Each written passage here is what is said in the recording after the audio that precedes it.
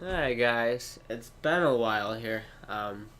Figured I'd do another little kind of an update, my thoughts, just a simple basic video here. I'm the Inspired 2 over my Phantom 4 from before this. Um, so we're comparing this guy to the original Phantom 4 here. You see there's no useless side sensors that don't work in anyways in all just about any flight mode. But anyways, um, this guy is like a little toy now. I'm not sure if I'm gonna keep it much longer. I keep bringing it to the racetrack with me. I'm there almost every weekend now with my Inspire. But I never use it other than like the first one or two times I went.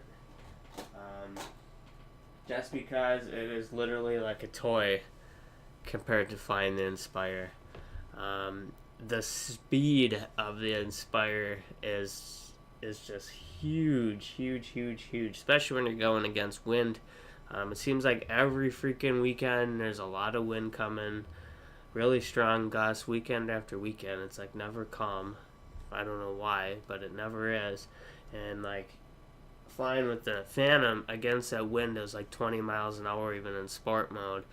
And the Inspire, I mean, you're still pushing close to 50 miles an hour against it in the same conditions. When you're on a racetrack following cars, 20 miles an hour is pretty much useless. It isn't really good for anything. Um, and that Inspire continuously does 60 plus miles an hour. My top speed, as you can see over here, is 65.15 miles an hour. I've had lots of 62, 63, 64s, and then that 65.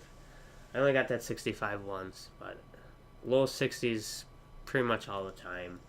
I fly with the X4S camera. My buddy flies with the X5S. And the funny thing is it seems like with the X5S is I actually seen it looks like they've locked the drone to like 52 miles an hour and it will not go any faster, regardless if you have wind pushing you or not. It seems to go 52 and that's it. It won't go any faster. And I seen another video too where they said the same thing. So I didn't. They say up to 58 on their page. It doesn't mention anything about being 52 when you have the bigger camera. So I think that's kind of BS that they don't state that. Because in our experience, anyways, it doesn't matter if that 20, 30 mile an hour wind's pushing it, and it still only hit 52 miles an hour, would not go any faster. Um, so that's weird. But with the smaller camera, 65 is my top speed, and it's 60 plus pretty much all day long, every day. Another advantage to the X4S is gimbal roll exceeded. With this guy, in sport mode, hauling along, hauling ass, you get that all the time with this guy, where it would compensate for the aircraft would make such an angle this thing would reach its limit, and you'd get that error, and your footage would pretty much be unusable. With the X4S, I've gotten it a couple times here and there, but it's pretty rare. It doesn't happen much. Again, on the 5S, it seems to happen a lot more. But he says that it still doesn't really make the footage unusable, so I guess it's not so bad. But I figured that's just another benefit, not seeing that as frequently as the larger camera. And honestly, all in all, I mean, after you put it on like YouTube, you can't tell the difference if it's a $600 camera or the $1,900 camera. It doesn't matter. I think the only thing it's really good for is if you got the licenses and you're going all crazy and shooting in 5.2K. But I think that's really all that it's useful for. Sure, you can change the lenses, I suppose. I mean, that may have some benefit, but so far I'm liking having the cheaper camera on there. Just that extra speed, a couple minutes extra flight time, less gimbal roll. They're all wins in my book, and it looks great. Definitely looks better than the Phantom 4, the original. It's going to be right on par with the Phantom 4 Pro, and quite a bit better than like the Mavic Pro, because that's a step down from the Phantom 4. But yeah, you can see I have 781 miles of flight here. That's not all on the Inspire, but a good chunk of it is, and it's going up fast. I think I was at 300 and some miles when I got the Inspire on the Phantom 4, and I think I've like pretty much doubled it on the Inspire already in just a couple months. So I've been working it hard. Yeah, 372 flights, 76 hours in the air. My longest flight is on this, 26 minutes and 9 seconds. But when I'm out on the track, pretty much just giving her the beans most of the time. It's usually right around 16 minutes, and then I'm coming in for a landing to hot swap batteries, which is another cool thing because I like to live stream sometimes. And you hold one battery in while you hit the release and pop one out, put the other one in, then you do the opposite. You always make sure you hold one battery in so they don't both pop out, and the drone never shuts off and has to reboot or kill your stream or nothing. So that's pretty cool. I like being able to do that. That's another plus. So I mean, the battery life isn't super great, but like just this last weekend I was flying with 10 batteries and 2 chargers and my generator, and it's it's pretty much enough to keep you going and just keep going all day long. I think I've tallied up like the miles in one day there, and there's one day I was about 60 miles that I flew on the track. I mean, you can see here's the track, and here's me going all over the place, and here, see this one I reached 61 miles an hour. Max altitude 52 feet, not flying very high. You can see landing battery is 15%, and it was just over 16 minutes of flight. You'll see I already got 97 charges on just that one set of batteries, so it's getting used pretty good. I'm putting her to the test, and it's working great.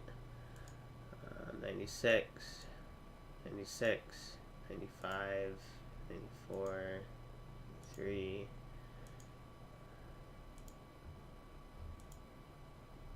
Yeah, I don't know which ones are set because see the serial number shows as blank. Capacity doesn't register on all of them, so that's doesn't quite read it for some reason. I don't know why with the Phantom it does, but not with the Inspire battery. Same with the temp. The temp doesn't seem to work either. See max temp 89, 89, 89, 89. Highly doubt it. But the batteries do not get very hot even when you're going 60 miles an hour in sport mode for most of it. Just a little warm to the touch. When you're done, you throw them on the charger and they'll start charging right away. With the Phantom, again, you gotta wait forever for them to cool down because they're super hot when you're done. So out on the racetrack, that would be a total fail as well because you wouldn't even be able to charge your batteries for a half hour after you're done. When Inspire batteries just keep going all day long. So it's quite awesome. What else was there? I think that's pretty much it. I mean, I don't think I'm gonna hold on to that Phantom much more, just because it literally is like a toy compared to the Inspire. I mean, the only thing that's good about it is it's quieter. I guess it's more stealth mode. People may not know you're coming up as much. The Inspire is like super loud. Even at 400 feet, it's crazy loud. Here you can see my highest altitude, 801 feet. That was in Milwaukee here. Looked like the couple buildings were, I'd roughly say, were around 700 feet tall, so I only went about 100 over them, and I can go 400 feet above the structure. So that's the highest I've been so far. I could have went higher, but being it was my first time going that high, I was nervous enough as it was. Just kind of shaking a little bit on the controls, but no, next time we'll go even higher yet, and hopefully for a nicer day because that was a really bad day. It's pretty much just about raining. We just got it in. Yeah, I mean, I think that pretty much. I just wanted to give a couple more thoughts on my Inspire 2 experience versus the Phantom 4. I mean, obviously it should be a lot better. I mean, the price difference is substantial. So, I mean, it should be. I mean, if it wasn't, well, then something's wrong. But yeah, I mean, there's just no comparison. Just about every weekend now, it's out on the racetrack, droning this stuff up and drifting, rallycross, autocross, as you can see in some of my previous videos. It's super smooth. Not having that gimbal roll exceeded like the Phantom 4, not seeing legs in the frame, not seeing props in the frame.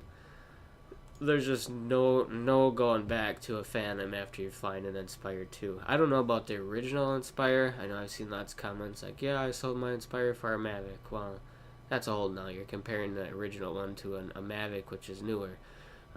Compare it to the Inspire 2, which is newer to go along with it, and I don't think there's any comparison at all.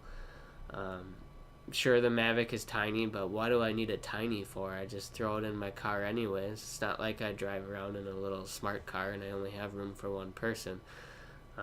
If you're not hiking through the mountains or something, I don't see what the big deal is with the extra size. It allows it to do more, like with all the wind lately. That Mavic, it couldn't handle the wind anything like the Inspire does when you're giving her out there. You'd have no speed. You need speed, bottom line. Otherwise, you're not capturing anything that's going on without being able to follow the subject. And I like to get in there fairly close and follow them to the best of my abilities, and keep in there with the action, not just kind of sit in one spot and pan back and forth, because then it's like you might as well just throw a camera on a tripod and pan it back and forth. What's the difference? So yeah, I like to follow, I like to get in there. Yeah, I got no complaints about it now, other than my initial falling out of the sky and they replaced it. But since then, it has been absolutely perfect, and I've been working it really, really good. Yeah, so yeah, thanks for watching.